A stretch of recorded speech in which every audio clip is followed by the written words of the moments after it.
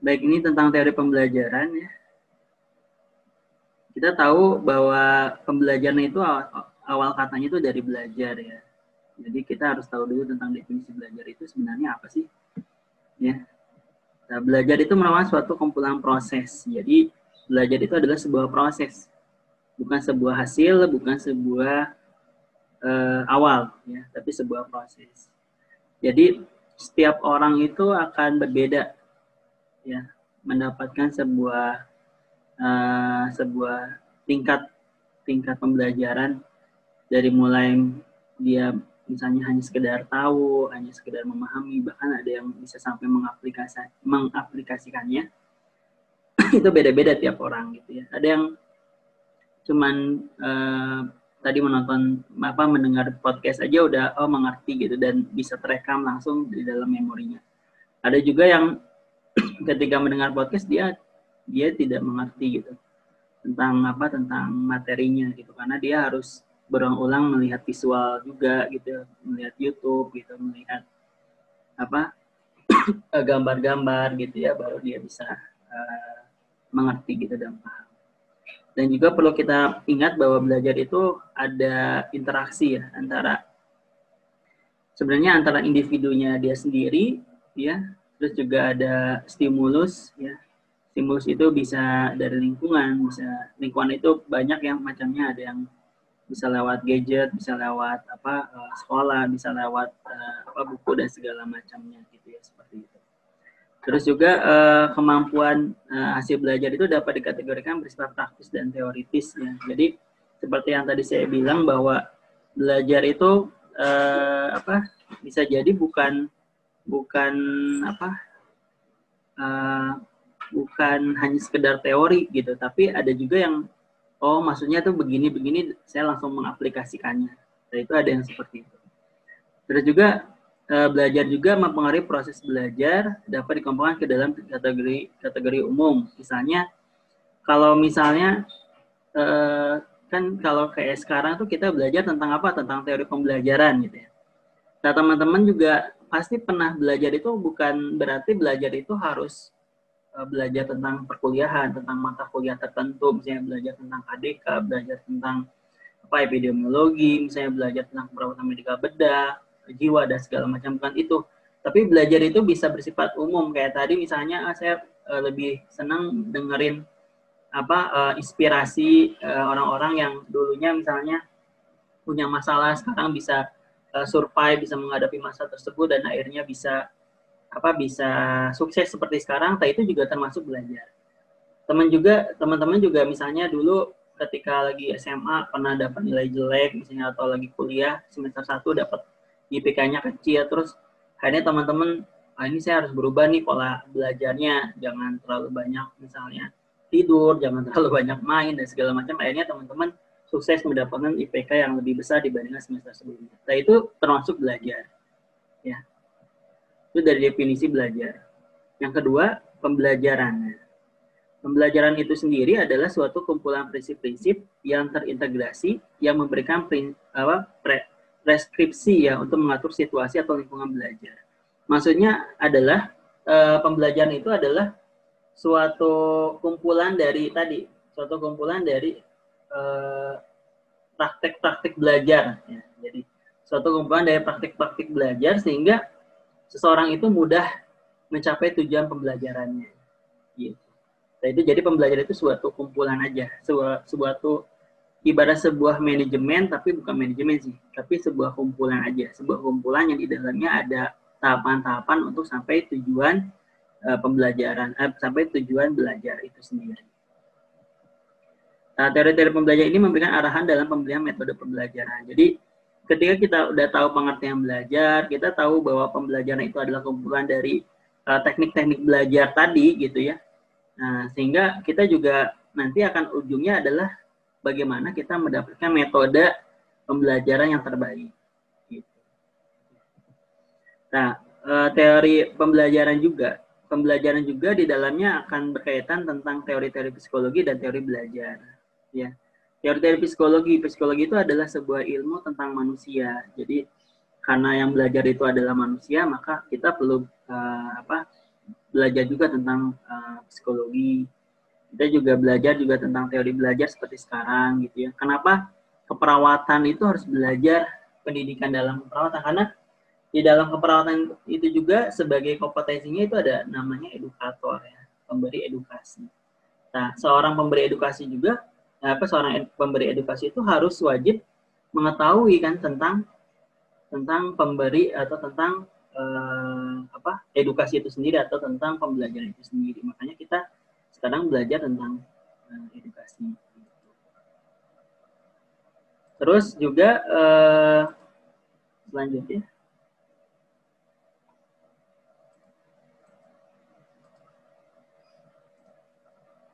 nah, pembelajaran itu dalam undang-undang kita pengertiannya adalah proses interaksi peserta didik dengan pendidik dan sumber belajar. Jadi ada peserta didik, ada pendidik, ya, ada sumber belajar dan juga ada lingkungan belajar. Jadi dalam lingkungan belajar itu ada 3 komponen. Kalau sekarang di era sekarang yang saat ini kita melakukan virtual learning seperti ini, itu ada mahasiswa, ada dosen, sama ada satu lagi ada dosen, ada mahasiswa, sama satu lagi ada kayak komponen dari gadgetnya, komponen dari perangkat lunaknya gitu. Jadi ada 3 hal itu. Jadi selain ada dosennya, ada mahasiswa, tapi juga ada perangkat lunaknya. Seperti kita sekarang ada dosen, ada mahasiswa, tapi juga ada Zoom-nya gitu, ada laptopnya, ada Zoom-nya, seperti itu. Itu termasuk pembelajaran. Terus juga proses interaksi antara peserta didik dengan lingkungannya sehingga terjadi perubahan perilaku ke arah yang lebih baik. Sebenarnya konteks dari pembelajaran itu atau belajar itu harus belajar ke arah yang lebih baik. Jadi tidak ada belajar itu malah mundur. Misalnya kita dari dulu belajar 1 tambah 1 sama dengan 2. Terus kita akhirnya belajar, kita setelah belajar kita jadinya mundur. Misalnya 1 tambah 1 jadinya berapa? Jadinya 4. Nah, itu kan sebuah hal yang mundur, kemunduran yang salah. Seperti itu. Dulu kita belajar tentang misalnya biologi, belajar tentang kimia, belajar tentang matematika. Pas dari SD, SMP, SMA belajar matematika misalnya dari SD, SMP, SMA. Pas kuliah kita jadi misalnya jadi nggak tahu perkalian, nggak tahu perhitungan. Nah, itu juga jadi sebuah mundur gitu. Jadi belajarnya ada yang salah nih, metodenya salah atau terjadi sebuah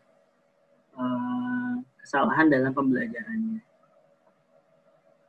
Harusnya jadi lebih tahu dan juga lebih paham. Oh, ternyata dulu itu ya ada teori bahwa misalnya gitu manusia itu berasal dari kera gitu. Itu dia pada zaman itu terus saja dipercayai sampai akhirnya ada seorang yang belajar sehingga tahu bahwa ternyata kera sama manusia itu berbeda. Nah, itu harus sampai seperti itu gitu. Itu proses belajar. Nah, apakah kegiatan ini termasuk belajar ya? Contohnya misalnya Rahayu tidak bisa membuat video YouTube, sekarang bisa membuat video YouTube dengan konten belajar. Tadi misalnya tidak tahu tentang podcast, sekarang memiliki akun podcast. Yang tidak tahu misalnya tentang Zoom, sekarang sampai bisa merubah virtual background. Dulu spotnya tidak digemari, sekarang spotnya menjadi sebuah kebiasaan. Hal-hal seperti itu, hal-hal yang seperti itu juga adalah sebuah proses belajar gitu, termasuk belajar. Ya.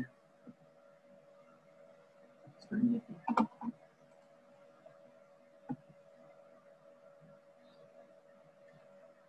Nah, bahwa pembelajaran itu sebagai bagian dari pendidikan. Ya. Jadi pendidikan itu ada sebuah aktivitas ya. Tadi untuk merubah atau yang lebih tepatnya transisi antara tadinya misalnya tidak tahu menjadi tahu, yang tadinya misalnya tidak mampu menjadi mampu, yang tadi misalnya tidak bersikap menjadi sikap gitu, seperti itu. Terus juga bagaimana learning ya atau pembelajaran itu sendiri sebagai sebuah aktivitas proses ya yang dapat merubah tadi sikap, perilaku, ya pengetahuan dan kompetensi dan juga sikap. Nah, sekarang teori pembelajaran ada 5 ya. Sebenarnya banyak banget ya, tergantung dari teori apa yang kita gunakan. Ya, jadi ada tadi misalnya ada yang 4 gitu ya, yang YouTube saya kan 4. Kalau yang ini 5 gitu ya. Nanti ada yang zaman sekarang tuh bahkan dari pembelajaran itu ada yang sampai 9, ada yang sampai 10 gitu ya, berbeda-beda. Tergantung dari proses belajar atau konsep atau teori yang digunakan oleh seseorang tersebut. Nah, pada umumnya ada 5 hal ini ya dari pembelajaran itu. Yang pertama ada behavior. Ini tokohnya oleh Pavlov ya, Toddy sama Skinner ya. Lalu yang kedua ada kognitivisme ya, ini Gage, Bronner, Sobel gitu ya. Lalu yang ketiga ada social learning ya, di Bandura yang sering banget lah. Bandura ada humanis ya, humanis itu oleh Roger. Dan yang terakhir ada konstruktif. Nah, konstruktif itu ada Piaget sama Vygotsky. Kalau teman-teman udah belajar keperawatan jiwa juga ada tentang teori-teori psikodinamika, bagaimana terjadinya gangguan jiwa, termasuk tadi saya tentang ilmu kognitif dan segala macamnya. Nah, sekarang kita belajar tentang teori belajar behavior. Yang pertama adalah ternyata belajar behavioristik ini ya, itu pengertiannya itu dari mana? Dari bahwa pada hakikatnya belajar itu merupakan sebuah perilaku. Jadi sebuah pengalaman, ya. Sebuah perilaku dibentuk. Misalnya teorinya ini nih misalnya. Tordike itu kucing dalam sangkar. Pavlov itu anjing dalam lonceng. Skinner itu tikus dengan penguatan.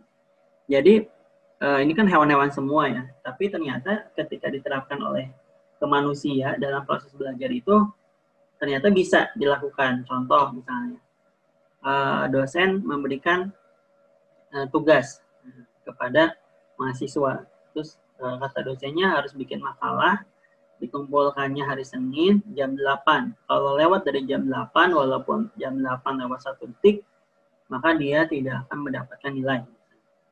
Nah, itu ada teori belajar behavioristik gitu.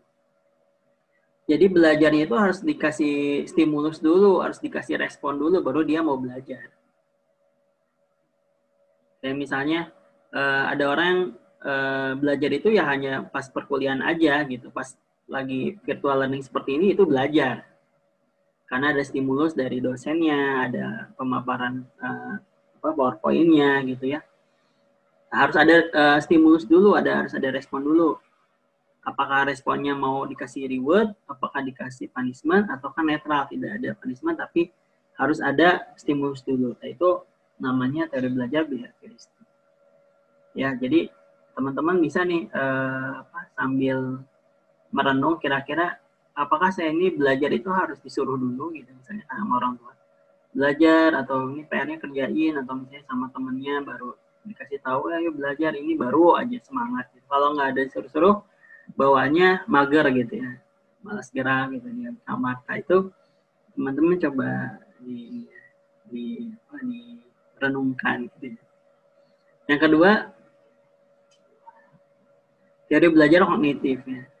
Nah, belajar kognitif ini seperti kita tahu bahwa ternyata stimulus dan respon, jadi S itu stimulus, R itu respon, bukan sekedar melibatkan stimulus terus ada responnya, gitu ya. Tetapi juga ada proses dalam otak kita secara kognitif,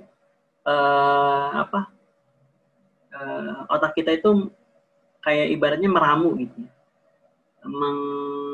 menyerap respon yang stimulus yang tadi diberikan, terus kita memberikan respon. Jadi belajar itu merupakan proses pengembangan insan. Jadi belajar itu bukannya misalnya kayak guru 1 tambah 1 sama dengan 2. Duanya itu bukan dari gurunya bilang ini 2 ya, 2 itu seperti ini, bukan seperti itu, tapi otak kita tuh sebenarnya berpikir gitu, bahwa 1 tambah 1 itu sama dengan 2. Mungkin bisa diganti ya dengan misalnya 1 tambah 1 itu angka itu dirubah jadi 1 buah roti ditambah 1 buah roti jadi 2 buah roti misalnya. Atau misalnya berpikir lagi misalnya diganti lagi bahwa misalnya 1 satu buah mobil ditambah satu buah mobil jadi 2 mobil. Hal-hal yang seperti itu bisa berkembang dengan otak kita. Gitu. Jadi secara tidak langsung pembelajaran yang dasar tadi, misalnya matematika, terus misalnya bahasa Indonesia gitu ya. Pokoknya mata kuliah dasar itu membentuk pola pikir kita gitu. Membentuk pola pikir kita sehingga kita bersikap dan berespon itu sesuai dengan apa yang sudah kita kembangkan di otak kita. Itu namanya teori kognitif. Karena banyak banget yang misalnya ketika apalagi pembelajaran dewasa seperti teman-teman kan sekarang teman-teman udah beranjak masuk ke fase dewasa, sehingga pemikirannya itu nggak linear tapi juga dinamis. Jadi pikirannya tuh nggak linear tapi dinamis gitu, bahwa nggak mudah untuk percaya sama sesuatu yang sudah diberikan oleh dosen. Jadi harus benar-benar kritis gitu. Karena pemikiran kita tuh udah mulai, orang-orang dewasa seperti teman-teman tuh udah mulai berpikir mana yang baik, mana yang buruk, mana yang oke saya ambil, mana yang oke saya nggak terima, oke saya mau buang. Nah itu hal-hal seperti itu namanya teori belajar kognitif. Lalu yang selanjutnya, ini ada gambaran dari alur dari kognitif itu sendiri ya. Jadi dari mulai lingkungan, ya nanti dapat perhatian yang ditangkap oleh sensori, lalu masuk ke persepsi, ya, lalu masuk ke dalam otak kita ya. Jadi ada memori jangka panjang ya, ada memori jangka pendek. Kalau misalnya terus diulang-ulang gitu ya, apa yang kita pelajari hari ini, maka itu akan menjadi memori jangka panjang. Tapi kalau tidak diulang-ulang, maka dia akan menjadi memori jangka pendek. Nah, setelah terjadi pengulangan, terus pengkodean, pelacakan, maksudnya ketika sudah diulang, terus diberikan kasus, terus dikerjakan lagi, terus diberikan terus coba membuat pertanyaan yang mengkritisi dari materi yang sudah didapatkan, itu menjadi memori jangka panjang, gitu ya. Makanya kalau kita bakal mengingat suatu kenangan waktu SD itu cuma 2 kan. Yang pertama itu yang paling yang paling malu, misalnya yang paling buruk, sama yang paling indah gitu. Cuma 2 hal itu. Kenapa? Karena memori itu yang selalu kita kenang, yang selalu kita ingat. Kalaupun kita tidak kenang, orang lain tuh bakal ingat dan selalu menceritakannya, sehingga kita juga jadi ingat. Orang tua juga kita nggak ingat, tapi karena orang tua sering mengingat-ingat, sering mengulang-ulang, sering memberitahu kita tentang itu, maka itu menjadi memori jangka panjang. Hal-hal yang seperti itu, makanya dalam belajar itu ya tugas kita nanti sebagai seorang edukator itu memberikan bahwa pasien itu atau klien itu bukanlah hal yang dia itu tidak bisa berpikir, tapi dia bisa berpikir mana yang baik, mana yang buruk menurut kondisi dia, menurut kondisi kesehatan dia. Hal yang seperti itu harus kita pahami juga. Kayak misalnya ada seorang klien diberitahu bahwa misalnya untuk pasien gangguan jiwa misalnya, karena saya kan keperawatan jiwa. Jadi pasien itu diberikan edukasi bahwa nanti kalau kamu udah di rumah sakit ya kan mau pulang besok, jangan lupa ya obatnya diminum, jangan lupa obatnya diminum. Jadi sampai akhirnya si pasien dan keluarganya juga paham bahwa ketika obatnya habis dia akan kambuh lagi. Nah, hal seperti itu tuh ya ada yang langsung apa cangkem gitu ya. Jadi ada yang langsung ya udah oke, pokoknya harus minum obat segini, harus begini, jam segini dan segala macam. Tapi ada juga yang berpikir yang penting mah prinsipnya apa 8 jam minum obat, atau misalnya sehari 1 kali, bebas dong, mau jam 7, mau jam 8, mau jam 9. Nah, ada yang berpikir seperti itu gitu. Ya, itu namanya teori belajar secara kognitif. Nah, sekarang teori belajar konstruktif. Teori belajar konstruktif itu adalah salah satu aliran filsafat pengetahuan epistemologi. Jadi memang berkembang udah lama, tetapi pada zaman sekarang itu sangat diperlukan untuk kita memahami tentang teori belajar konstruktif. Bahkan kita harus bisa menerapkan teori belajar konstruktif gitu. Sampai berpikir apa itu pengetahuan, bagaimana orang membangun pengetahuan gitu ya. Ini sudah mulai belajar filsafat, Apalagi kalau di S3 kita suka dengar kan namanya Philosophy of Doctor, misalnya PhD, Philosophy of Doctor. Kenapa namanya Philosophy of Doctor atau filsafat dokter gitu? Kenapa? Karena filsafat itu merupakan sebuah belajar yang paling tinggi gitu. Belajar yang paling tinggi bahwa kita tuh harus belajar berpikir tingkat yang paling tinggi S3 gitu ya, udah dokter apalagi profesor, menemukan sebuah kebaruan gitu, menemukan sebuah hal yang baru, bagaimana manusia itu belajar, bagaimana manusia itu menggunakan suatu hal yang baru tersebut gitu. Ya.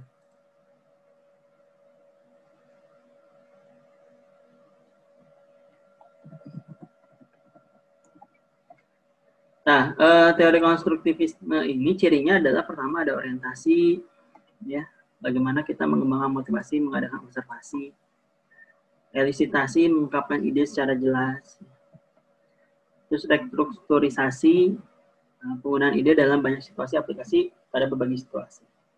Kalau kita sering dengar ATM ya, amati, tiru, modifikasi gitu ya. ATM, amati, tiru, modifikasi. Nah, kita juga secara konstruktif itu kita mengamati sebuah atau kita belajar tentang sesuatu, mengamati tentang sesuatu sebagai sebuah proses belajar, lalu kita tiru, kita lakukan ya, lalu kita modifikasi. Seperti misalnya kalau kita nonton YouTube tentang cara memasak misalnya, memasak kue tiaw yang enak gimana misalnya. Ya kita nonton di YouTube, oh caranya tuh begini, bumbunya seperti ini, segala macam gini. Pas kita coba ternyata kok rasanya beda ya, kok rasanya nggak terlalu, menurut kita nggak terlalu enak. Padahal kalau nonton YouTube-nya kayaknya enak banget. Nah kita langsung berpikir kan konstruktif bahwa oh saya punya ide nih, kayaknya harusnya ditambahinnya ini. Oh kayaknya harusnya yang ini harusnya ditambahin berapa lama, atau misalnya waktunya berapa lama, harusnya ditambah bumbu apa gitu, sehingga kayaknya kue tiawnya jadi enak misalnya. Itu namanya belajar konstruktif gitu. Jadi kita punya motivasi untuk belajar dan juga kita punya ide untuk mengatasi hal tersebut dan juga kita mempraktekannya menjadi sebuah hal yang mudah. Di zaman sekarang gitu, orang-orang tuh, mahasiswa sekarang tuh idenya tuh kreatif banget gitu. Bahkan sampai dosen aja kadang bingung juga, nggak paham gitu, nggak paham maksudnya apa. Tapi kalau dosennya mulai terbuka gitu, mulai berpikir oh ternyata maksud mahasiswa itu seperti ini, sehingga lebih mudah, lebih praktis gitu ya, lebih sesuai dengan kebutuhannya gitu. Nah itu hal-hal seperti itu namanya belajar konstruktif gitu. Nah yang terakhir ada review, merevisi dan mengubah ide ya, setelah ternyata misalnya gagal, akhirnya dirubah gitu.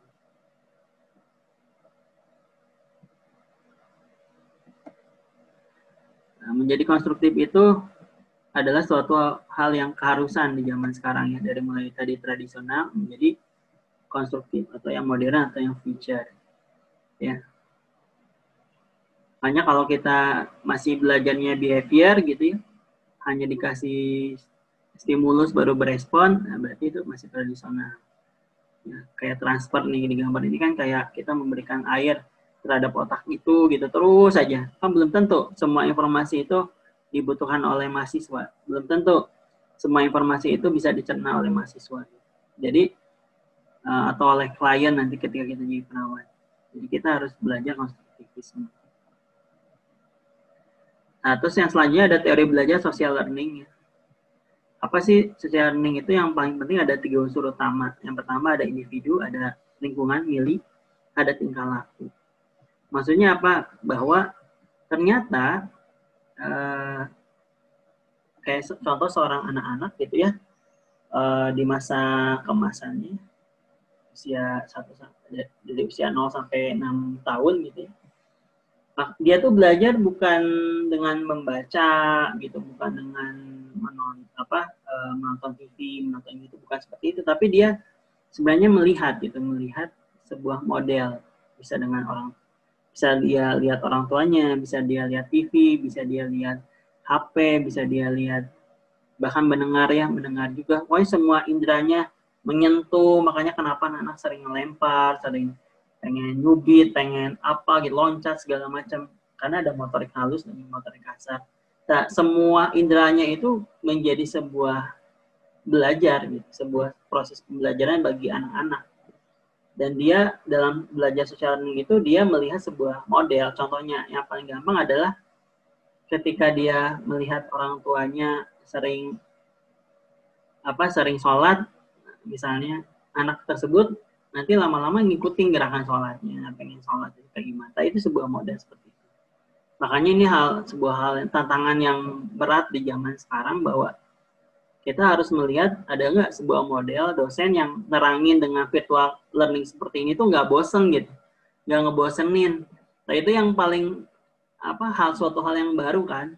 Biasanya di kelas kita bisa mondar-mandir, bisa gerak-gerak, bisa tatap muka, bisa kelihatan ada yang lagi tidur, lagi apa gitu ya, lagi lagi ngantuk gitu. Kalau di virtual learning seperti ini kan nggak bisa terlihat jelas gitu. Bahkan udah mulai ada yang misalnya virtual background-nya diganti dengan foto dia lagi ngelihat gitu, padahal dianya lagi makan, lagi minum kayak gitu. Hal yang kayak gitu tuh dia itu belajar tentang teori konstruktif gitu. Jadi dia idenya gimana nih ganti virtual background-nya pakai gambar dia aja lagi ngelihat, biar orang sangkanya dia lagi ngelihat. Nah kalau belajar social learning itu ya model gitu. Kalau ketika ketahuan oh dia ternyata mahasiswanya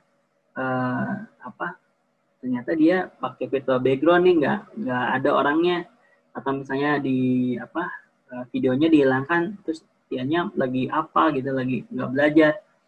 Hal yang seperti itu sangat sulit gitu untuk belajar social learning di zaman sekarang. Contoh yang paling mudah adalah dia belajar model dari YouTube, misalnya dari Instagram gitu ya, dari medsos misalnya gini. Dia sangat terinspirasi sekali nih misalnya dengan Deddy Corbuzier misalnya. Cara dia bertanya, cara dia berpikir dan segala macam, sampai dianya belajar dari tontonan itu, dan seolah-olah dia tuh guru saya itu adalah Deddy Corbuzier. Nah itu contoh belajar social learning itu seperti itu. Contoh yang lain yang paling mudah adalah ketika teman-teman seorang mahasiswa itu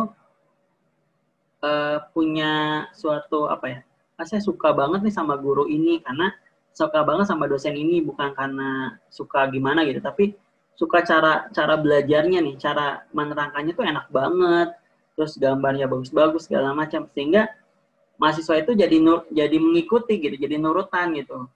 Wah saya pengennya kalau nerangin kayak dia, pengen belajar cara-cara yang pengalaman dia seperti apa. Nah itu contohnya belajar social learning namanya. Dia orang diperhatikan sebagai model. Ya jadi kita tuh nggak boleh salah mengambil model ya, salah mengambil tokoh gitu, tokoh inspirasi kita tuh nggak boleh sampai salah gitu. Kayak sekarang kan banyaknya Korea gitu misalnya, Oppa gitu misalnya, yang maaf ya misalnya dalam tanda kutip pakai bajunya yang ya lebih terbuka misalnya, sampai akhirnya ya, karena dia emang modelnya orang tersebut, akhirnya dia mengikuti cara-cara dia, make up-nya, cara ngomongnya gitu, cara tingkah lakunya dan segala macam. Nah, itu contoh dari belajar social learning. Kayak misalnya kita punya teman dekat kita tuh caranya rajin banget, misalnya dia rajin belajar, misalnya rajin jualan, misalnya jualan online segala macam, nanti kita ngikutin. Kalau dalam teorinya perawatan jiwa ada sebuah penelitian di Inggris, kalau tidak salah di Inggris tuh, jadi kalau kita punya teman dekat tiga orang teman dekat, yang satu misalnya contoh misalnya dari saya, yang satu rajin sholat duha, yang satu rajin sholat tahajud, yang satu rajin tilawah, misalnya tilawah Quran 1 juz, maka kita itu akan mengikuti salah satu dari perilaku dari 3 teman dekat kita. Begitu juga kebalikannya, misalnya teman dekat kita tuh 3 orang ini tuh yang satu misalnya rajin bolos, yang satu rajin suka tidur, yang satu misalnya suka main Mobile Legends misalnya gitu ya. Maka kita tuh akan ngikutin salah satu dari kegiatan dari teman-teman kita gitu. Nah, itu namanya social learning. Nah, jenis-jenis penilaian itu macam-macam, ada yang langsung, ya, ada yang tak langsung, gitu ya. Yang tak langsung itu meniru watak yang dibaca dalam buku, memperhatikan cara seorang guru mengajar. Kalau misalnya ada orang yang seneng banget novel Harry Potter sampai wataknya, cara berpikirnya segala macam, cara ngomongnya ditiru gitu. Ada gabungannya, meniru arti sama meniru buku yang dia bacanya. Penyaringan ada yang tinggal laku yang ditulisnya sesuai dengan situasi tertentu saja gitu, yang menjadi pakaian di TV tapi tak boleh pakai di sekolah. Kalau tanpa penyaringan ya ini meniru gaya tingkah laku yang ditulis sesuai untuk segala situasi. Misalnya di rumah ya dia gaya seperti itu, di sekolah juga dia gaya seperti itu, karena ya tanpa penyaringan.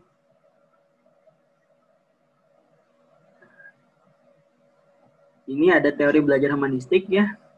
Pertama, humanistik itu fitrah manusia mulia dan baik. Individu akan tumbuh dengan baik pada lingkungan yang baik. Nah, ini humanistik itu sebuah apa ya? Jadi kalau kita contoh yang paling simpelnya adalah kalau teman-teman masuk UPI, ya masuk UPI, alhamdulillah masuk UPI, dan di UPI itu memang nuansa belajarnya itu sangat tinggi misalnya. Karena saya masuk negeri, sebuah kebanggaan, sebuah hal yang motivasi dari dulu pengen masuk negeri, tiba-tiba sekarang masuk negeri. Terus semua orang melihat di lingkungan kuliah tuh banyak yang ke perpustakaan pada rajin, banyak yang bawa buku, banyak yang kegiatan belajarnya seminar dan segala macam, sehingga orang tersebut akan belajar yang baik gitu. Karena lingkungan-lingkungan yang masuk ke dalam kampus, misalnya kampus itu memang disaring dulu gitu, disaring dulu dengan ujian yang sangat ketat, sehingga untuk masuknya aja nggak sembarang orang gitu, sehingga kan diseleksi dulu.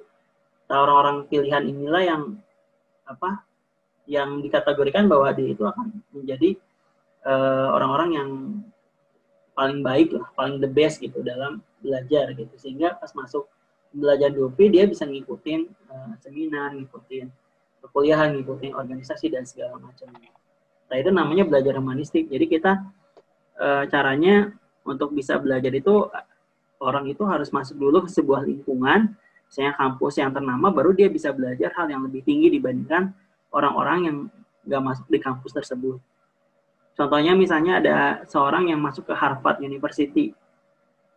Itu menjadi hal bagi pertama motivasi dia yang saya tuh alhamdulillah bisa masuk Harvard, karena orang susah banget masuk Harvard gitu. Dan di Harvard tersebut memang belajarnya juga keren-keren, sangat bagus-bagus juga, sehingga orang yang seusianya dia belajar di kampus yang lain yang bukan di Harvard itu ternyata belajarnya lebih cepat yang Harvard dibandingkan yang bukan. Begitu juga teman-teman yang belajar di UPI dengan orang-orang yang bukan belajar di UPI, ya misalnya yang swasta, yang lain, jadi teman-teman bisa belajar yang lebih cepat dibandingkan yang lain, ya karena banyak fasilitas, banyak hal yang terbaru, banyak seminar dan segala macam kemudahan di pendidikan di negeri gitu. Itu namanya belajar humanistik. Jadi kalau mahasiswa tersebut memang belajarnya atau metodenya bukan belajar humanistik gitu. Ya, dia mau ditempatkan di mana aja, karena dia bukan humanistik, dia misalnya tadi behavior, ya dia akan segitu-gitu aja. Beda sama orang yang belajar humanistik.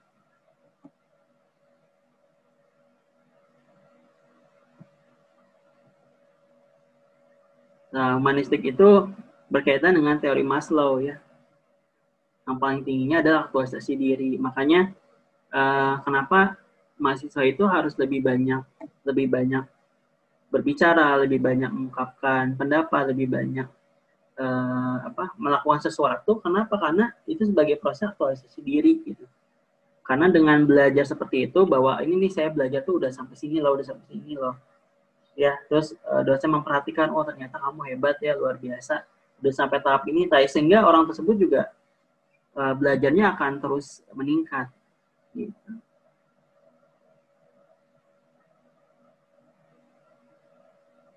Ini adalah perbedaan behavioristik dan kognitif ya.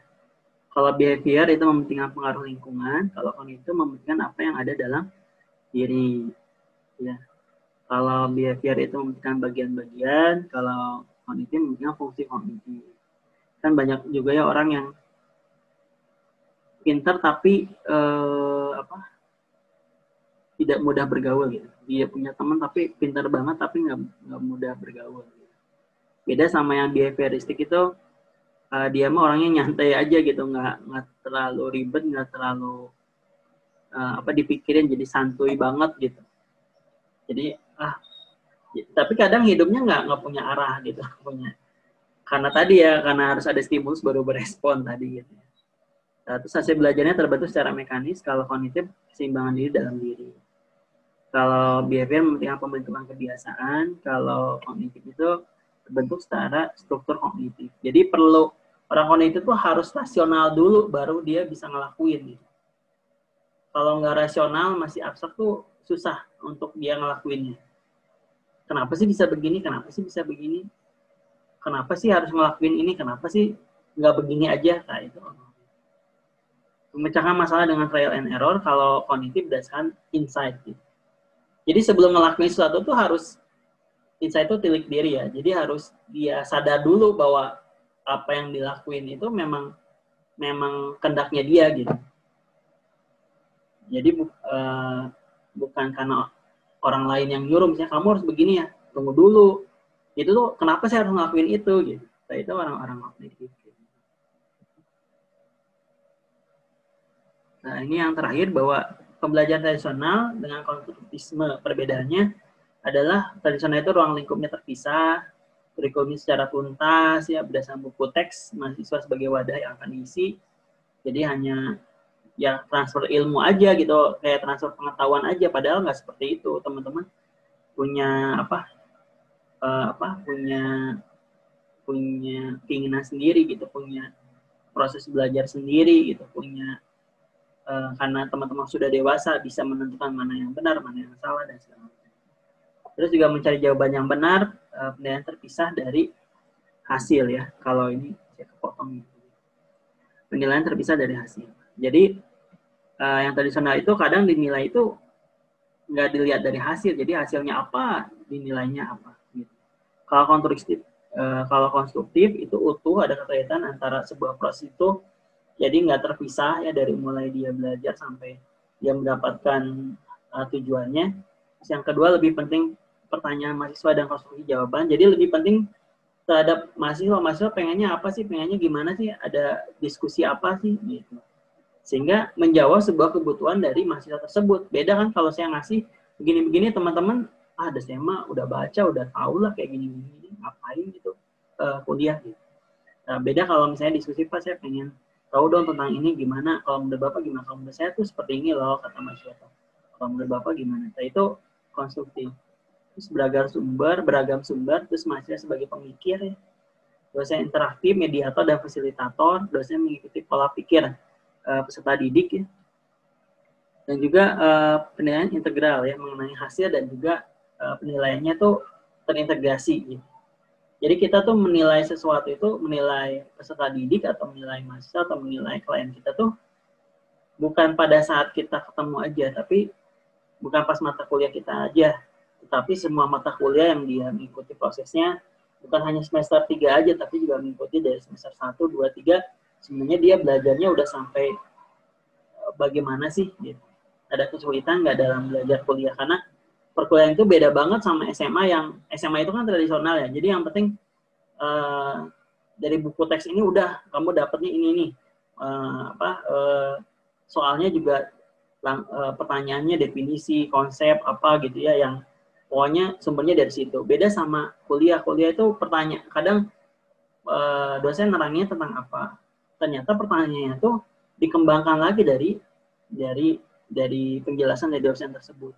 Jadi lebih ke pengalaman kenyataan real sekarang seperti apa gitu ya. Nah itu hal-hal yang seperti itu yang namanya konstruktivisme. Makanya sekarang ada istilah high order thinking ya. Jadi bagaimana kita berpikir tuh udah level tingkat tinggi, bukan lagi hanya mengetahui dan memahami saja, tapi juga sudah bisa meng-create, bisa menciptakan sebuah teori yang baru. Gitu, seperti itu. Ya selesai, mari belajar ya.